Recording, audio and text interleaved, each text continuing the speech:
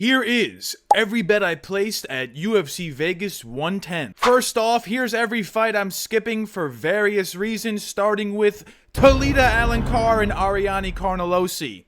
I think Ariane Carnelossi wins a very, very close decision. I think if she mixes in takedowns, she can win this fight. However, yes, there is a supreme possibility that Alencar has repeated takedown success, so don't feel like betting Ariane Carnelossi. Phil Rowe, Suk-Young Ko. I think Suk-Young Ko uses his Sambo background to win a decision here. I think he can mix in the striking, mix in the takedowns. I just think he's a better all-around MMA fighter than Phil Rowe. However, Phil Rowe in round 3, he is live for a KO, and Suk-Young Ko has 2 KO losses. So, not confident to bet or pick on that one. Ketlen Vieira and Norma Dumont.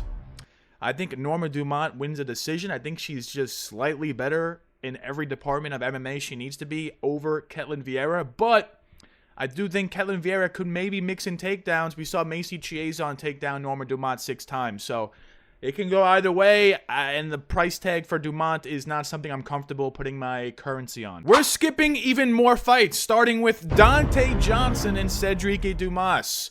Everything on paper would make you think Dante Johnson wins round 1 KO. The betting line for that is plus 120.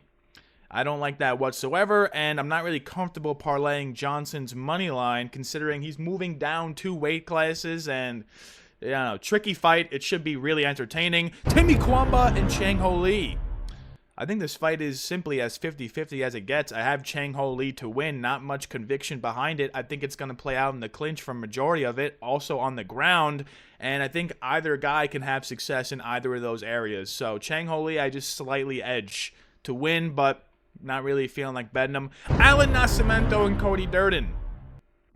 I think Alan Nascimento finds the sub. I probably will have money on that. The problem is there's no betting lines whatsoever available for this fight at the current moment. So I'm not going to parlay Nascimento money line, and that's the only thing I can do. I think he wins by sub.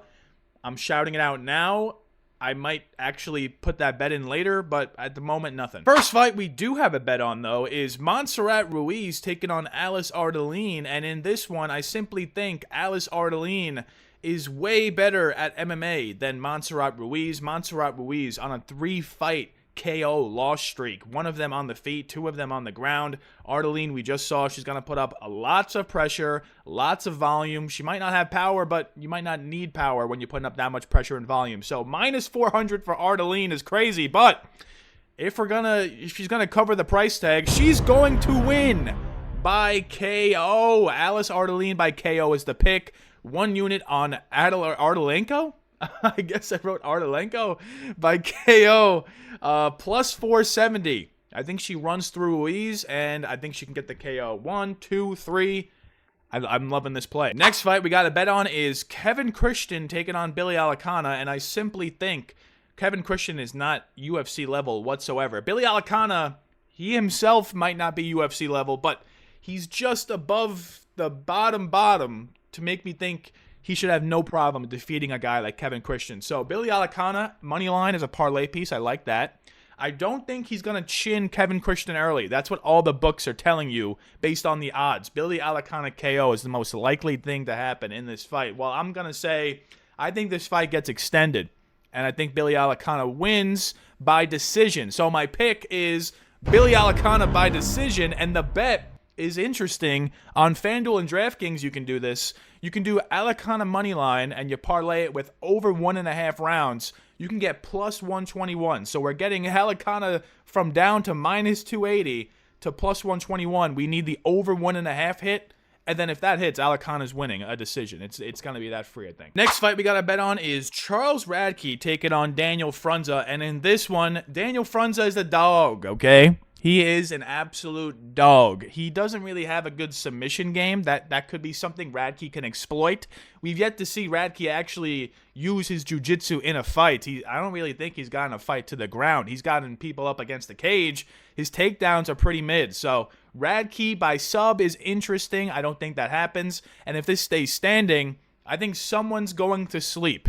And I think Daniel Frunza, yes, he might have a KO loss to Reese McKee, but that was a doctor stoppage. He didn't get flatlined. I don't think Charles Radke's going to flatline him. So I like Daniel Frunza to win this by KO. We just saw Radke get KO'd by Mike Malott this year not too long ago. I don't think Mike Malott has all that much power. I don't think his striking is all that. So if he can do that to Radke, I think Daniel Frunza is going to apply the pressure and do it to Radke as well. And I don't think there's any other way to play Daniel Frunza. I was debating his money line, but I don't think Daniel Frunza is winning a decision here. 1 unit on Frunza KO, plus 260. That is how he wins this fight. We're going from plus 140 to plus 260. I like this prop a lot. Next fight we got to bet on is Isaac Dulgarian taking on Yadier Del Valle. And in this one, I'm kind of regretting putting money on this, but sometimes you got to put your money where your mouth is. At the beginning of the week, I made a big take that Yadier Del Valle, I'm not sure why he's plus 200.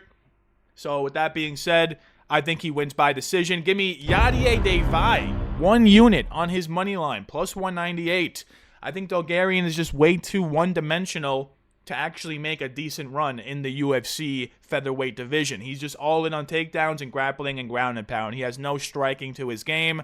So if Del Valle can survive round 1 and hang on for round 2, I think he could potentially get a guillotine submission finish as well. I think he can win this by decision if they're scoring based off damage and Dulgarian's just holding him.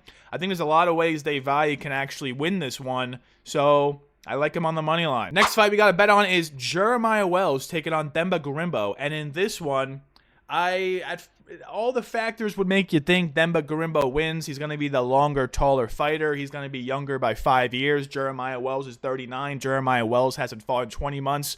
But with all that being said, if you actually examine how these guys fight, Jeremiah Wells is insanely explosive. And I think Jeremiah Wells can land something big on the feet that can knock out Themba. We just saw him get knocked down by Vicente Luque not too long ago. I think Jeremiah Wells can take down Themba and submit him. I think his jiu-jitsu is way better. I believe AJ Fletcher submitted Themba Gorimbo or something along those lines. So Jeremiah Wells, great jiu-jitsu. I think he's got big power in the hands. And I'm not really sure how Themba wins this other than a war of attrition. So give me Jeremiah Wells to win by decision. I can see all 3 paths to victory. Decision, sub, KO. So that, I think the money line is a great play. Plus 108 to have a unit on it.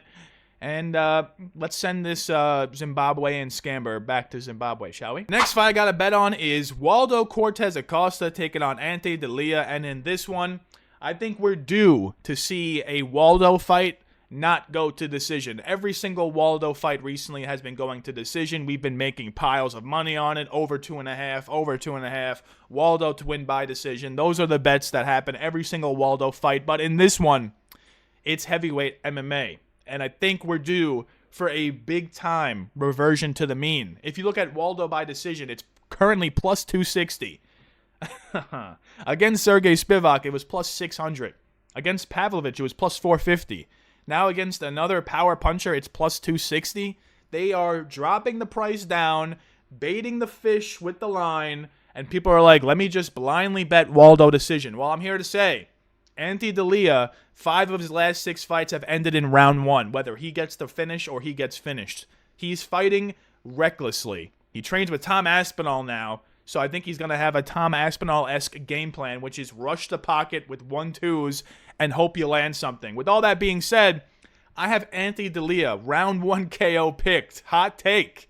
But I can see Waldo even getting the round 1 KO. I'm not really against that either. I can see either guy finishing either guy because Ante Delija forces the action. And I think Waldo, when he gets action forced on him, he can land something big or he's going to get something big landed on him. So for all those reasons, Ante Delija KO1 is the pick, but the bet is under 2.5 rounds. Plus 110. Plus money on that. It's a heavyweight fight. And this is not heavyweight slop, in my opinion. These are guys that, can pack a punch. Waldo, people say he doesn't have KO power. I tend to disagree. I think if people push it on him, he can show you something that you're not prepared for. So under 2.5 rounds. Love this play. I'm anticipating a finish in round 1. So a one step further is fight to end in round 1 plus 300. Not the best odds, but it's a heavyweight fight with 2 guys with, I believe, KO power. So give me the under. And the main event, of course, we got to bet on it. Steve Garcia and David Onama. And this one, I just think Steve Garcia is way better at MMA than David Onama. I don't think David Onama is going to have a lot of grappling success. I see a lot of people saying that. David Onama by sub. Steve Garcia's fought better grapplers. He fought Melky Costa. He got his back for a full round. Nothing happened. He fought Kyle Nelson. Kyle Nelson got his back and nothing happened. Even flatlined Kyle Nelson, which is a great win in hindsight. He has that great KO win over Chase Hooper, which is a great win in hindsight. So for all those reasons, Steve Garcia, he's been chinned by Maheshate, but he showed me against Calvin Kattar that he has decision-winning ability at this point. He's not just a KO merchant. He can throw up some volume, and he can win decisions, and he can win fights later in rounds. He got a knockdown against Calvin Kattar in round 3. So against David Onama, I think David Onama is going to be the one that gasses out in this fight. I think he's going to be the one that's shooting the takedowns, not going to work, gas himself out. I'm predicting Steve Garcia rounds 3, 4, 5 KO. But for the bet, it's a little more simpler than that. We got Steve Garcia and the over 1.5 rounds, plus 227. It's the same exact bet I have for Billy Elekana, because I think both guys will win the fight either late or by decision. Steve Garcia in this one, I think, will win the fight late. I think he'll win it rounds 3, 4, 5, maybe even at the end of round 2. I have 1 unit on this play. I like it a lot. And I'm very confident Steve Garcia wins this fight. So if you want to just go ahead and scrap this and just bet Steve Garcia instead, I wouldn't mind that. But yeah, let's go Stevie boy. And the Finz Hammerlock. This is my weekly most confident underdog pick of the card. Last week we took Verna Jandiroba, and honestly, it was 2-2 heading into round 5. And, round 5 kind of slightly edged towards Mackenzie Dern. So we lost last week. I believe we're 2-2 in our last 4. And I have 2 underdogs picked that I actually bet. One of them is Yadier Del Valle, which I feel like that would just be stupid to make him the Finz Hammerlock. I mean, a Bulgarian can easily smoke him. So that's a questionable one. But the other one is none other than Jeremiah Wells, plus 108. Like I said before, I think he has every method of victory available to him. I think he can win by KO with a big explosive shot. I think he can win by sub. I think his jiu-jitsu is better than Demba's. And I think he can win by decision just holding Demba against the cage. So Jeremiah Wells, money line. We're going with him this week. Overall, if you guys want to know, I believe the Finz Hammerlock record is, I'll be right back. So the Finz Hammerlock record is 26-54 all time. Not the best. And we only have 9 wins this year out of like the 30 plus cards that have happened. So Jeremiah Wells, that could be a curse, but it could also be wealth. It could also lead to prosperity. So we're going with Jeremiah Wells this week. Of course, I got to hit you with the insane long shot. This week, I like every leg. It's a lot of legs, but I like every one. Let's get into it. Seok-Young Ko by decision. I don't think he's going to finish Phil Rowe, and Phil Rowe, I believe, is 0-4 to the decision. So I think Seok-Young Ko wins, and his win condition is decision. Let's get it. Alice Ardelean by KO. That's the biggest plus money on this entire parlay. I think she runs through Ruiz. I wouldn't be shocked to see her win by decision. That is concerning, but I think she should find the finish. Norma Dumont by decision. I think that fight goes to decision, 100%. And I think Norma Dumont is slightly better. Billy Elekana by decision. I don't think he really has a lot of finishing upside, just in general. And he's going to be way better than Kevin Christian. So decision is what it is. Jeremiah Wells money line. We're throwing him in there. Pretty confident. Pretty confident he goes out there and dusts Demba. It's been 20 months, so that is concerning. He is 39. That is concerning. But everything I've seen would make me think Jeremiah Wells can win this fight. And then Waldo versus Ante. Ends by KO. Love that play. Love it. Love it, love it, love it. The under 2.5 is probably a better play because that includes like the possibility of a sub. I don't think either guy's getting subbed though, but yeah, let's put $10 on this and you win $5,700. Not financial advice, not betting advice, but this is what I'm doing. And a decent long shot. This is something more realistic that can hit at a pretty high rate, so let's get into it. Alice Ardelean by KO. Why do I have Ardelean KO in every play? I feel like that's going to cook me, looking back at it. Daniel Frunza by KO. That's his win condition. So I think he wins. And Steve Garcia by KO. I sincerely doubt this hits every single round. This goes to the scorecard. So I like Steve to win, and I think he finds the KO at some point. Thanks for watching. Leave a like. Let me know in the comments what your favorite bet that I have is. And if you're tailing any of them, let me know in the comments if you have a favorite underdog of the week. If you don't like Jeremiah Wells, let me know. Hit the subscribe button. Do all the cool stuff. Let's make some money, eh?